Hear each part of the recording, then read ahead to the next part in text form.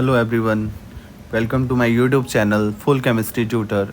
आज हम लोग आयनिक इक्विलिब्रियम का एक बहुत ही इंपॉर्टेंट टॉपिक पढ़ने वाले हैं, पीएच ऑफ एम्फीप्रोटिक स्पीसीज। कैसे हम पीएच कैलकुलेट करते हैं किसी एम्फीप्रोटिक स्पीसीज का। तो सबसे पहले एम्फीप्रोटिक स्पीसीज होते क्या हैं? तो एम्फीप्रोटिक स्पीसीज ऐसे स्पीसीज होते हैं जो H+ डोनेट भी कर सकता है और H+ एक्सेप्ट भी कर सकते हैं। ऐसे स्पीसीज को हम एम्फीप्रोटिक कहते हैं। फॉर एग्जांपल, जैसे हमारे पास है HCO3-। HCO3- के पास एक H+ है तो H+ डोनेट भी कर सकता है, ये बना लेगा H+ और CO3 2-। और चूंकि इसके पास माइनस है तो ये H+ ले भी सकता है, तो HCO3- H+ एक्सेप्ट करके H2CO3 बना देगा। तो ऐसे स्पीसीज जो H+ एक्सेप्ट भी कर सकते हैं और H+ डोनेट भी कर सकते हैं, ऐसे स्पीसीज को हम कहते हैं एम्फीप्रोटिक। तो एम्फीप्रोटिक HCO3- क्या हो गया? एम्फीप्रोटिक हो गया। उसी तरह और एग्जांपल ले लें एम्फीप्रोटिक के, जैसे H2PO4-, HPO4-2-। ठीक है, तो ये दोनों में H+ है तो H+ डोनेट भी कर सकता है और H+ एक्सेप्ट भी कर सकते हैं, है ना। ऐसे एसिड को हम कहते हैं ऐसे स्पीसीज को हम कहते हैं एम्फीप्रोटिक स्पीसीज।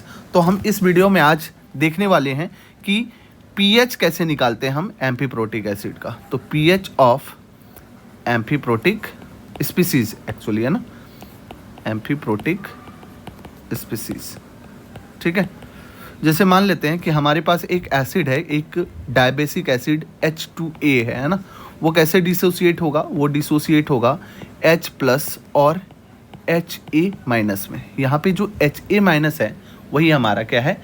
Amphiprotic species.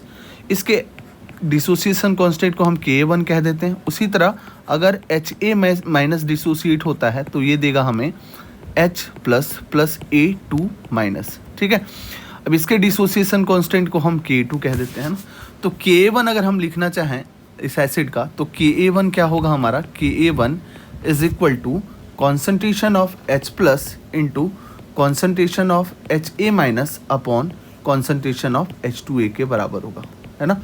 उसी तरह अगर हम Ka2 लिखना चाहें तो Ka2 क्या होगा हमारा?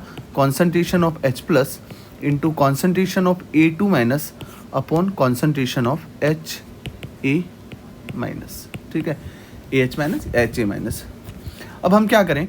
हमें क्या करना है, ये जो Ha- का कॉन्सेंट्रेशन है ये हम पहले यहाँ से निकाल लेते हैं। तो Ha- concentration of Ha- is equal to हमारा क्या हो जाएगा? Concentration of H+ into concentration of A2- upon Ka2 के बराबर हो जाएगा। अब इस वैल्यू को, इसको हमने अगर इक्वेशन 1 मान लिया है, इसको इक्वेशन 2 मान लिया है, तो इक्वेशन 2 में जो Ha- की वैल्यू निकली है उसको हम पुट कर दें इक्वेशन 1 में। तो हमारा जो Ka1 आएगा वो Ka1 क्या आएगा? Ka1 हो जाएंगे concentration of H+ into concentration of H+ into concentration of A2- upon concentration of H2A into concentration of Ka2 into Ka2 के बराबर हो जाएगा, है ना। अब यहाँ से हम Ka1 लिख सकते हैं। Ka1 जो किसके बराबर हो जाए? K1 = H+ का स्क्वायर इंटू A2- का concentration upon H2A, concentration of H2A into Ka2 के बराबर हो जाएगा, राइट, इंटू Ka2 के बराबर हो जाएगा। ठीक है, अब यहाँ से हम, चूँकि हमें पीएच निकालना है तो पीएच निकालने के लिए हमें H+ का कॉन्सेंट्रेशन चाहिए। और जो एम्फीप्रोटिक स्पीसीज होते हैं, जैसे अगर हमने Ha- की बात करी, अगर ये Ha- H+ ले रहा है तो ये बना देगा हमारा H2A, है ना।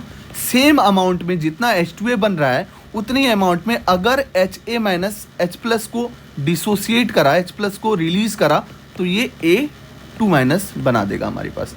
तो कहने का मतलब जितना कॉन्सेंट्रेशन ऑफ H2A बनेगा हमारा, उतना ही कॉन्सेंट्रेशन ऑफ A2- बनेंगे। तो हम कह सकते हैं कि कॉन्सेंट्रेशन ऑफ H2A जो होगा वो लगभग बराबर होगा, अगर दोनों सेम अमाउंट में फॉर्म हो रहे हैं तो वो कॉन्सेंट्रेशन ऑफ A2- के बराबर होंगे। ठीक है, तो हम यहाँ से लिख सकते हैं जो H+ का स्क्वायर होगा वो Ka1 into Ka2 into concentration of A2 concentration of H2A upon concentration of A2 minus होगा। अब दोनों अगर इक्वल हैं तो हम लिख सकते हैं concentration of H प्लस का square is equal to Ka1 into Ka2 के बराबर हो जाएंगे, राइट। ठीक है, जिसको हम लोग अगर हम माइनस लॉग ले ले दोनों साइड तो minus log of H plus, एक काम करते हैं इस H प्लस के को हम उधर ले जाते हैं, स्क्वायर रूट लगा देते हैं ना, तो ये H plus is equal to हमारे पास आ जाएगा Ka1 इंटू Ka2 का रूट। ठीक है, अब माइनस लॉग हम दोनों साइड ले, minus log of H plus is equal to half minus log of Ka plus minus log of Ka2, Ka1 and Ka2। ठीक है, ये आ गया हमारे पास। अब minus log of H plus को लिख सकते हैं हम PH, और यहाँ से half minus log of Ka को लिख सकते हैं हम Pk1, और plus minus log of Ka2 को लिख सकते हैं हम Pka2। ठीक है, तो जो PH आएगा हमारा वो क्या आएगा, Pka1 और Pka2 का एवरेज आएगा, राइट। तो यहाँ पे कॉन्सेंट्रेशन टर्म्स से कोई मतलब नहीं है हमें। अब जो कॉन्सेंट्रेशन ऑफ एम्फीप्रोटिक सॉल्ट दे रखा है, मान लो हमें एम्फीप्रोटिक सॉल्ट जैसे मान लो HCO3 माइनस हमें दे रखा है, इसका कॉन्सेंट्रेशन 0.2 मोलर है, इसका पीएच हमें बताना है ना, पीएच क्या होगा एट 25 डिग्री सेल्सियस। तो और एक बार अगर ऐसे दिया हो कि HCO3 माइनस का कॉन्सेंट्रेशन हमने 0.1 मोलर ले लिया है, तो पीएच बताना है क्या होगा एट 25 डिग्री सेल्सियस। तो दोनों केस में पीएच सेम ही आएंगे, क्यों, क्योंकि हमें कॉन्सेंट्रेशन टर्म्स कुछ आ ही नहीं रहा है पीएच में।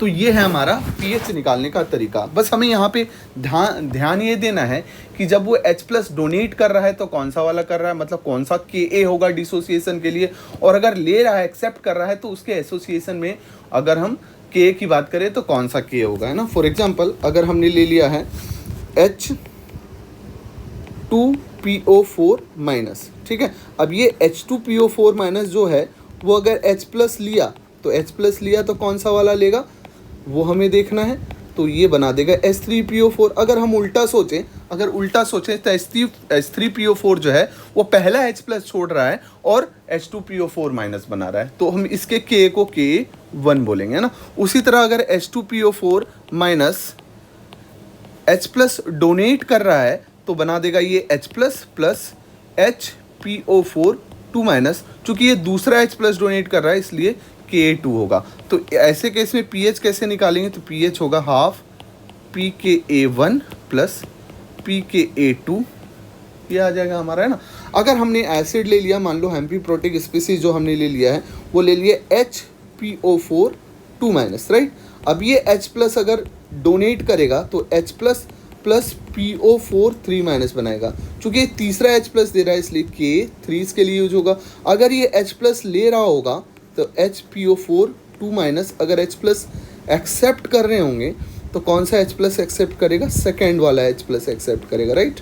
H2PO4 माइनस बनाएगा, तो इसके जो डिसोसिएशन कांस्टेंट होंगे वो K2 यूज होगा।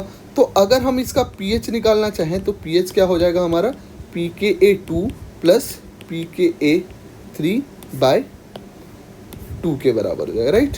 तो यहाँ से हम pH निकाल सकते हैं। तो ये तरीका है एम्फीप्रोटिक स्पीसीज के pH निकालने का। तो होप आप लोगों के ये वीडियो समझ में आया होगा, आगे ऐसे ही वीडियो के लिए बने रहें। होप ये टॉपिक आप लोगों को अच्छे से समझ में आ गई होगी।